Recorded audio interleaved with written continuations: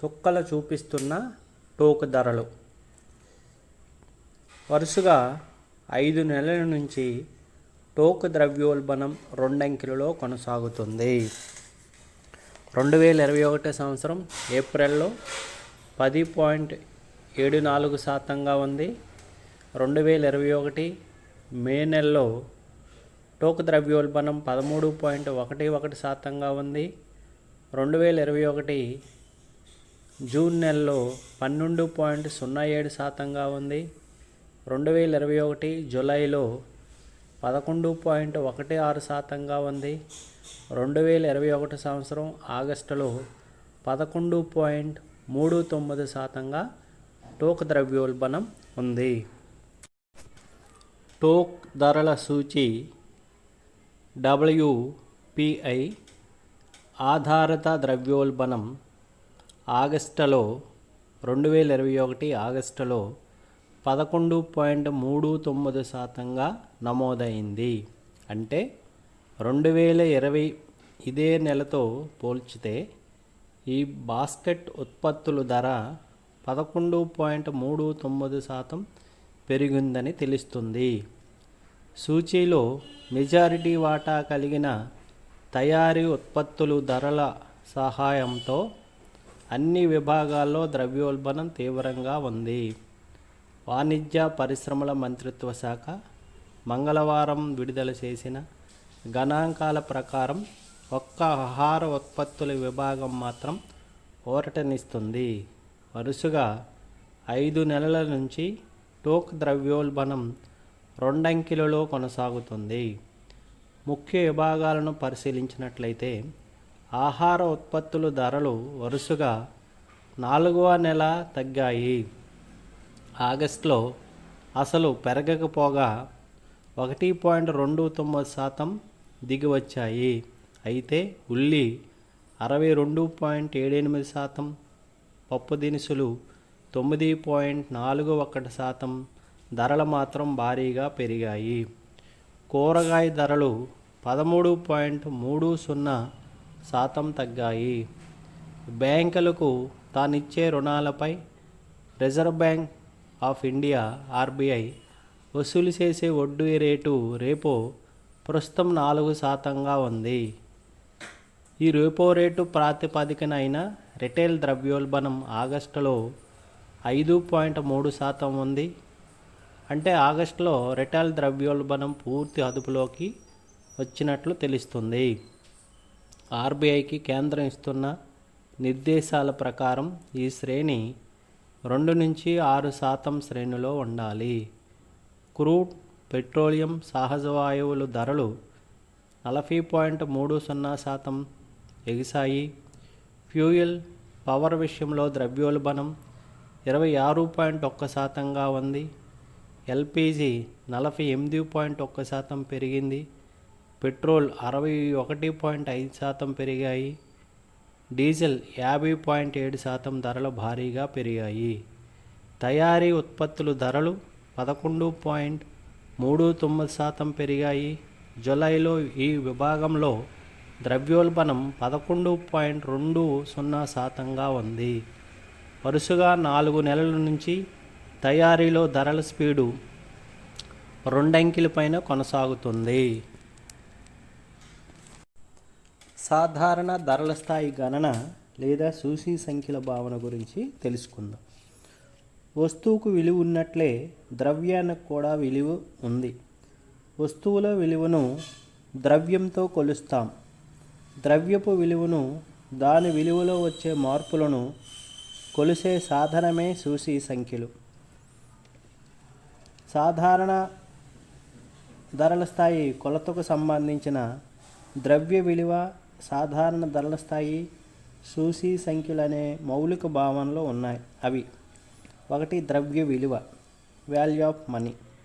ద్రవ్య విలువ అంటే అది వస్తు సేవలను కొనగలిగే శక్తి అని అర్థం. ద్రవ్య విలువ ద్రవ్యం కొనుగోలు శక్తిగా అర్థం చేసుకోవచ్చు.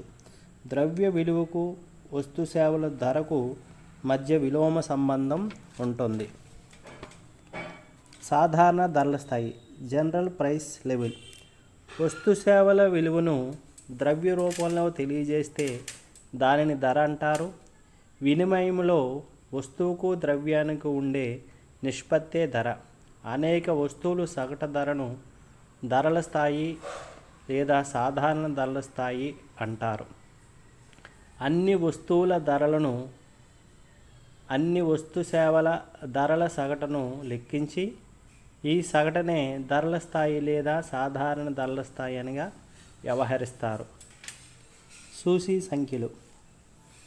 ద్రవ్య విలువలో వచ్చే మార్పులను కొలిసే సాధనమే సూచీ సంఖ్యలు.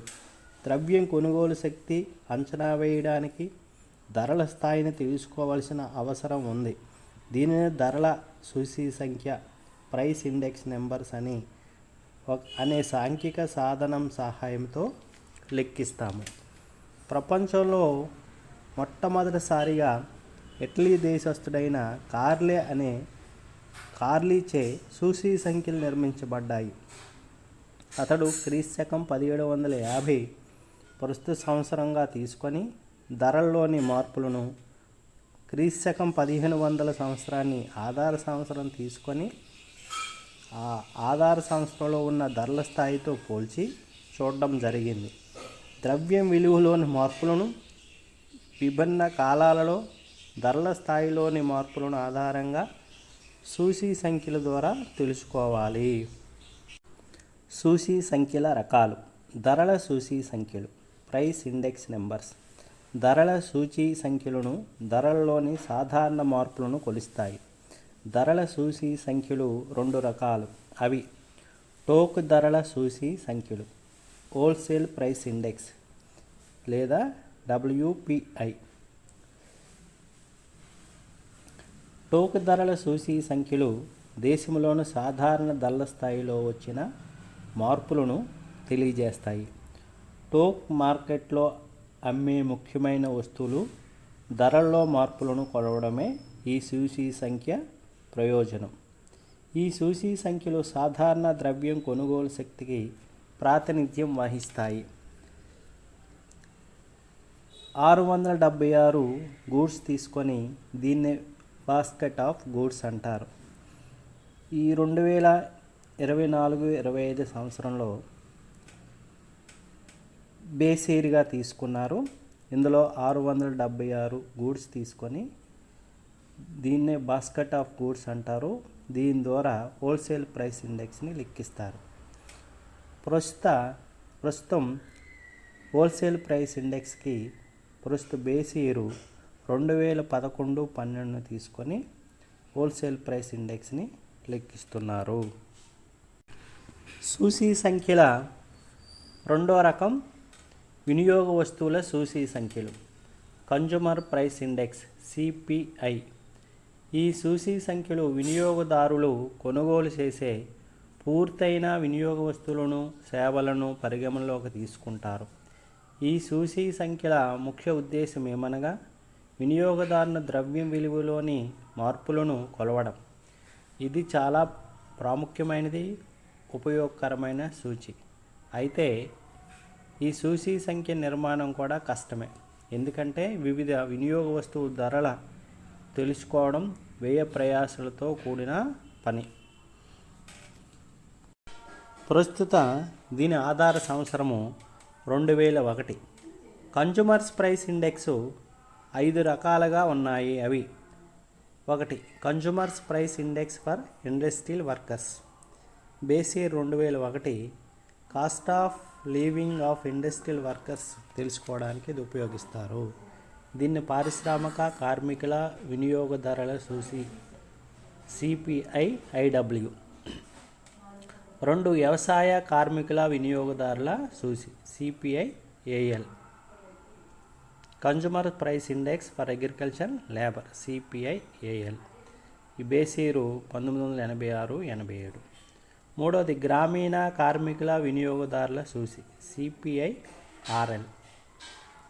4. పట్టణ ప్రజల వినియోగదారుల సూచి CPI-Urban.